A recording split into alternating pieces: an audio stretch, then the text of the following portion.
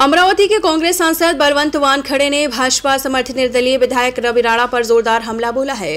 वानखेड़े ने कहा कि नवनीत राणा की हार का गम रवि राणा से अभी तक पच नहीं रहा। इसी खींच में वह मुझ पर बेवजह आरोप लगा रहे हैं। रवि राणा ने हाल ही में हुए दही हांडी कार्यक्रम में वानखेड़े पर टिप्पणी की थी, जिसके चलते वानखेड़े ने पलटवार करते हुए कहा कि राणा मुझसे 1.5 साल का हिसाब मांग रहे हैं, लेकिन जनता जानती है कि पिछले 5 साल में खुद राणा ने क्या काम किया और क्या नहीं किया।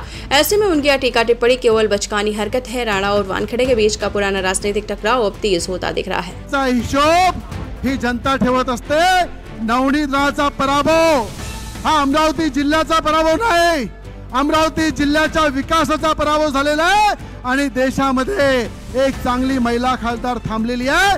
संपूर्ण देशामध्ये आज पार्लमेंट मध्ये कुठेही तुम्हाला अमरावतीचं नाव निघत नाही, पण नवनीत राणा खासदार असताना अधिवेशनाच्या काळामध्ये पार्लमेंट मध्ये अमरावतीचा एक एक प्रश्न अमरावतीचा आवाज बनवून नवनीत राणा काम करत होती।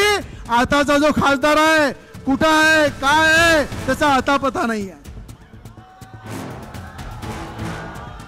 अरे आता ज्या खासदाराच्या घराचा पता जरी माहित आहे तुम्हाला, आता ज्या खासदाराने अमरावतीचा एक प्रश्न निकाली काढला असेल तुम्हाला माहित आहे काय? मग ही जे चूक ज्या लोकांनी करून घेतली, ते अचलपूरचे आमदार असो माझी, दिवसाचे आमदार असो माझी, की मेलघाटचे आमदार असो माझी, या सगळ्यांना धडा शिकवण्याचं काम तुम्ही केलं आणि या ठिकाणी भाजपचे सगळे आमदार निवडून आणले, त्याबद्दल आभार व्यक्त करतो। जिल्ह्यात एकीकडे अस्मानी संकट असताना रवि राणा पालकमंत्री महोदय आणि त्यांची सर्व टीम हे दहीहंडीच्या कार्यक्रमात गुंतलेले होते। उत्सव आहे, सण आहे, श्रद्धा आहे, ही जोपासली पाहिजेच।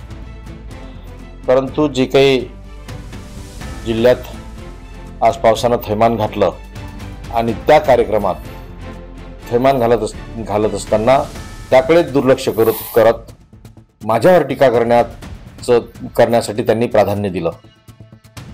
मी हे म्हणेल की त्यांच्या पत्नीचा पराभवाच्या गर्गेतून, नैराश्यातून ते अजूनही निघाले नाहीत। सातत्यानं पराभवाची खंत ते बोलून दाखवतात। गेल्या 5 वर्षात त्यांनी काय केलं, मला 1.5 वर्षात 1 वर्षात विचारतात, तर गेल्या 5 वर्षात त्यांनी काय केलं हे जनतेसमोर आहे, त्याचा लेखाजोगा आहे। म्हणून त्यांनी असल्या बालिश टीका माझ्यावर करू नये। रवि राणा पालकमंत्री महोदयांच्या समोर किंवा अन्य ठिकाणी स्वतःच्या पक्षाची रीव ओढण्यापेक्षा पत्नीच्या पक्षाची म्हणजे भाजपचीच रीव ओढताना जास्त दिसतात। म्हणून त्यांना ठरवावं लागेल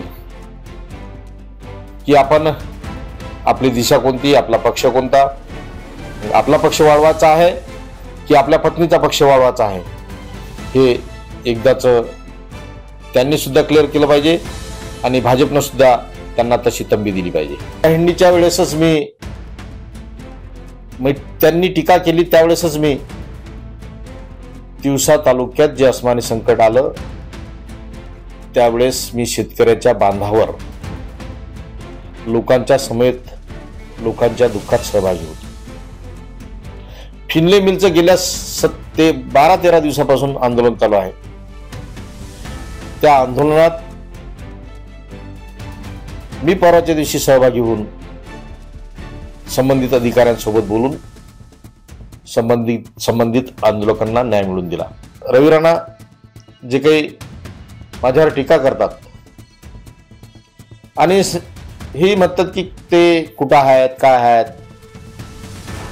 मी त्यांना दररोजचा माझा जो काही प्रोग्राम आहे, कार्यक्रम पत्रिका आहे, ते कार्यक्रम पत्रिका त्यांना पोचण्याची तजवीज करेल एवढं मात्र या निमित्ताने मी सांगतो। म्हणून हे असले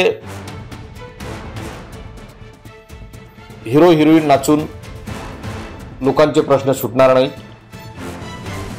लोकांचे प्रश्न त्यावेळेस सुटतील की ज्यावेळेस त्यांच्यासाठी काम केलं त्यावेळेस।